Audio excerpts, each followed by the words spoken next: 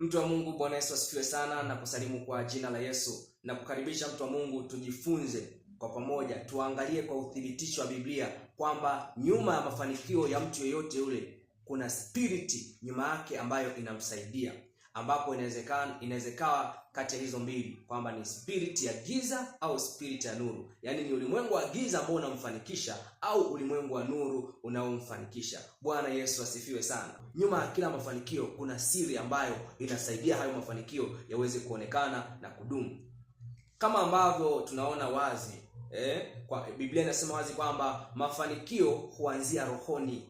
Mafanikio huanzia rohoni. Kama rohoni haujafanikiwa, hauwezi kufanikiwa hata iweje. Na hata ikitokea bahati mbaya umefanikiwa, hayo mafanikio yatapotea ghafla. Hujai kuona mtu amefanikiwa, amepata mali, amepata utajiri, amepata pesa, alafu ndani ya muda fulani hivi amepotea kabisa, hayupo kabisa kwenye ramani? Ni kwa sababu gani? Kwa sababu msingi unaoshikilia mafanikio unaanzia rohoni. Kwa hiyo ni lazima kumbe uanze kufanikiwa rohoni, ili mafanikio yanapodhihirika katika ulimwengu wa mwili yaweze kuwa na msingi ambao unaweza kubeba hayo mafanikio. Bwana Yesu asifiwe sana.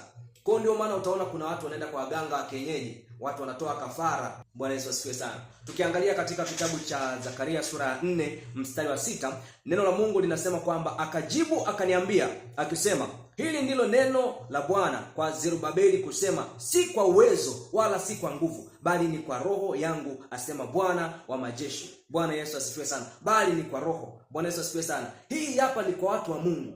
Kwa mtu ambaye umempokea Yesu Kristo, mafanikio yako hayatokani na bidii zako, hayatokani na uwezo wako, hayatokani na nguvu zako, bali yanatokana na msaada wa Mungu mwenyewe ambaye ameachilia roho wake juu yako ili akufanikishe kwenye maeneo yote ambayo umefanikiwa.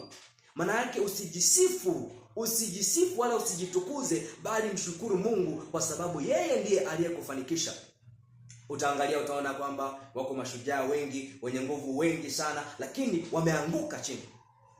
Si kwamba walikuwa dhaifu kuliko wewe, hapana.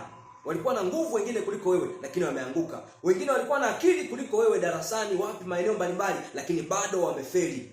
Wengine walikuwa na uwezo mkubwa kuliko wewe, lakini bado hawajafika popote. Kwa hiyo usijivune wala usijitukuze. Kuna watu wanaomba zaidi yako, kuna watu wanafanya zaidi yako, kuna watu ni waaminifu zaidi yako, lakini hawajafika popote. Wewe umefika, kuna mahali ambapo unaona hakika Mungu amekufikisha. Kwa hiyo usijitukuze wala usijiinue, kwa sababu si kwa nguvu zako, bali ni kwa msaada wa Bwana. Kwa hiyo yale mambo yanayokuwa magumu, Mungu anayafanya yawe mepesi kwa sababu ya neema yake na kibali ambacho anaachilia juu yako pamoja na ulinzi wake, ili adui asiweze kukuangusha chini. Bwana Yesu asifiwe sana. Tukisoma hapo mstari wa 7 kwenye hiyo sura 4 Zakaria, inasema kwamba nani wewe mlima mkubwa mbele ya Zerubabeli, utakuwa nchi tambarare, naye atalileta lile jiwe la kuwekwa juu kabisa pamoja na vigelegele vya neema ilikalie. Unaona, anasema ni nani wewe uliye mlima, utakuwa kama tambarare. Maana yake ni kwamba kumbe kwa msaada wa Mungu, yale mambo magumu ambayo tungeshindwa, tusingeweza, vile vikwazo, yale mapito, yale mabaya,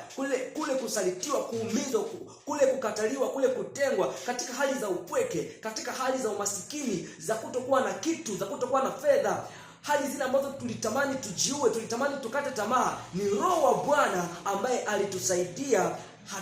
Hatukujiua, hatukukata tamaa, hatukuanguka, hatukuangamia. Ni kwa sababu ya Roho wa Bwana. Ndio maana tuko hapa leo, ni kwa sababu ya Roho wa Bwana. Kwa hiyo haitupasi kujisifu. Kwa unaweza kuona kwamba mtu anafanya vizuri kwenye biashara yake, mtu anatoa pesa ovyo, anatumia pesa ovyo. Kuna watu unaweza kukuta kwamba anaweza kaingia somewhere akatumia pesa zake ovyo. Unajiuliza, huyu hapa vipi? Ameiba au vipi?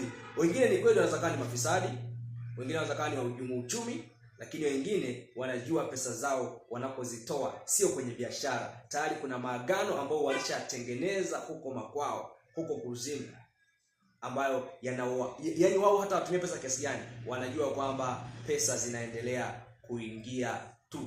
Na imetupasa pia kuwa makini, kwa sababu nitazungumza hili somo kwenye somo jingine. Mungu akubariki. Nataka nikukumbushe tu kwamba usijisifu katika mafanikio yako yoyote yale, bali mshukuru Mungu, maana yeye ndiye aliyekufanikisha kwa roho wake. Ubarikiwe sana.